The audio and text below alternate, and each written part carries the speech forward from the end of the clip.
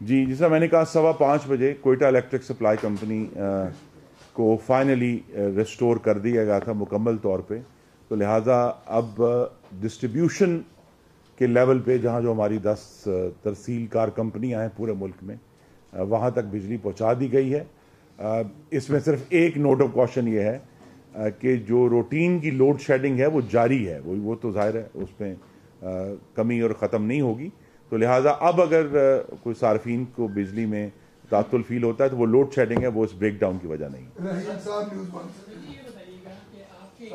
چھوٹے سے دور کے اندر 2 بریک ڈاؤن ہو چکے ہیں, ایسے بھی آپ کا معاشرے میں ہوتا تھا اور ابھی تک منسٹر ریزائن کر جاتا. آپ سے پچھلی دفعہ بھی یہی سوال ہوا تھا تو آپ نے کہا تھا میرے مواخذے کے لیے پارلیمنٹ موجود ہے اس میں جائیں. اب بھی یہی سوال میں آپ سے کروں گا کہ کیا آپ ریزائن دیں گے یا پھر پارلیمنٹ کی طرف ہی ہمیں آپ کہیں گے کہ جی دیکھیے مواخذہ تو ان کا ہونا چاہیے اور انشاءاللہ ہم کریں گے. جنہوں نے 4 سال اس سیکٹر پر مجرمانہ غفلت کی ان کا مواخذہ کرنا ہے ہم نے. جنہوں نے انویسٹ نہیں کیا, ہم ان کو ایک انفراسٹرکچر دے کر گئے تھے لاہور مٹیاری لائن کا, بڑی بڑی ٹرانسمیشن لائنز کا, انہوں نے یا تو وہ پروجیکٹ لگانے سے انکار کر دیا, جو کہ اب آ کر آپ اگر خبروں پر نظر دوڑائیں گے تو پچھلے 3 مہینوں میں ملک کے چاروں کونوں میں جا کر میں نے نئی ٹرانسمیشن لائنز اور نئے گریڈ سٹیشنز کی بنیاد رکھی ہے. یہ ضروری اس لیے ہے, 4 سال کا تعطل اس لیے برداشت نہیں کیا جا سکتا کیونکہ ملک کی توانائی کی جو طلب ہے وہ مستقل بڑھ رہی ہے. آپ نے وقت کے ساتھ ساتھ جنریشن میں بھی اضافہ کرنا ہے, ٹرانسمیشن میں بھی اضافہ کرنا ہے. تو اگر آپ 4 سال روک دیں گے سارا کام اور پیچھے سے طلب بڑھ رہی ہے اور جیسے ہی طلب جو ہے دوبارہ آن لائن آئی ہے, ایک یہ بھی وجہ ہے کہ 2 سال کووڈ کی وجہ سے جو بجلی کی طلب تھی وہ چھپی رہی, دبی رہی. تو جیسے ہی پچھلے سال میں 2022 میں خاص طور پہ گرمیوں میں سسٹم سارا آن ہوا ہے تو وہ 4 سال کی نااہلی, نالائکی اور مجرمانہ غفلت جو ہے وہ عوام کے سامنے کھل کر آ گئی اور کل بھی اس کا ایک نظارہ آپ نے دیکھا ہے. سسٹم اپ گریڈ کرتے ہیں اس وقت جو سسٹم میں سرمایہ کاری چاہیے مٹیاری کے علاوہ, مجموعی طور پہ بتا سکتے ہیں کہ اس میں کتنی انویسٹمنٹ اس وقت فوری طور پہ چاہیے؟ دیکھیے 80 ارب روپے کے پروجیکٹس کی کا سنگ بنیاد تو میں نے پچھلے چند مہینوں میں رکھا ہے. مثلا اسلام آباد کے قریب جو ہے مائرہ گرڈ سٹیشن جو بہت پہلے بن جانا چاہیے تھا کیونکہ اس نے ساری جو شمال سے آنے والی نئی پن بجلی ہوگی اس کو وہاں اس نے آ کے گیدر ہونا ہے, اس کا کوئی انتظام نہیں کیا گیا. اسی طرح سی پیک کے تحت جو ہے اور دوسرے جو پروجیکٹس ہیں دیامیر بھاشا اور داسو کے لیے, اس کے لیے بانسہرہ میں ایک بہت بڑا گرڈ سٹیشن بننا ہے جس کا انشاءاللہ سنگ بنیاد وزیر اعظم رکھیں گے چند ہفتوں کے بعد. اسی طرح جو ہے ہم نے جہاں میرپور خاص میں نئے گرڈ سٹیشن کا آغاز کرنا ہے, زوب میں کرنا ہے, میں فیصل آباد میں اور لاہور میں نئے گرڈ سٹیشن. یہ نئے گرڈ سٹیشن وہ ہیں جو بہت 4 سال پہلے کے پلانڈ تھے, ان کے اوپر کوئی کام نہیں کیا اور اب آ کر ہم نے دوبارہ ان کے اوپر وہ کام شروع کیا ہے, اس کو پش کیا ہے. تو یہ جب گرڈ سٹیشن جو ہیں وہ وقت کے ساتھ انشاءاللہ اگلے 24 سے 36 مہینوں میں آن لائن آئیں گے تو سسٹم کی جسے ہم انگریزی میں کہتے ہیں روبسٹنس, اس کے اندر جو طاقت ہے وہ بہت زیادہ پہلے سے بڑھ جائے گی. جی جی سر پوری دنیا میں انٹرنیشنل اسٹینڈرڈ میز ہوتے ہیں, کیا ہمارے سسٹم میں وہ اسٹینڈرڈ میز کیوں نہیں ہے؟ جب بریک ڈاؤن ہوتا ہے ہمیشہ آپ کے دور میں بھی بھائی ہو چکا ہے اور پورا ملک متاثر ہوتا ہے, کیوں نہیں ہوتا کہ جہاں خرابی ہو وہاں ہی بریک ڈاؤن ہو, پورا ملک کیوں بند ہو جاتا ہے؟ جی یہی میں نے عرض کیا ہے کہ یہ اس کے لیے جو انسولیشن میکنزم ہے, جو پروٹیکٹیو ریلیز ہیں وہ صرف لاہور مٹیاری لائن میں موجود ہیں, باقیوں میں ہمیں انویسٹمنٹ کرنی ہے. اور اسی طرح جو کل کا ایک سبق یہ ہے کہ صرف تربیلا کے اوپر مکمل طور پر اب اتنا بڑا سسٹم چونکہ وسیع ہو رہا ہے اور انشاءاللہ وسیع ہوگا, تو اس وسیع سسٹم میں ہمیں ملک کے وسط میں بھی جسے ٹیکنیکل زبان میں کہتے ہیں جی بلیک سٹارٹ, یعنی وہ پاور پلانٹس جو از خود شروع ہو سکیں, وہ ملک کے وسط میں بھی ایک فیسلٹی ابھی ہم اس کی پلاننگ اور پروپوزل بنا دیں گے جس کو انشاءاللہ اگلی حکومت میں مکمل کرے گی.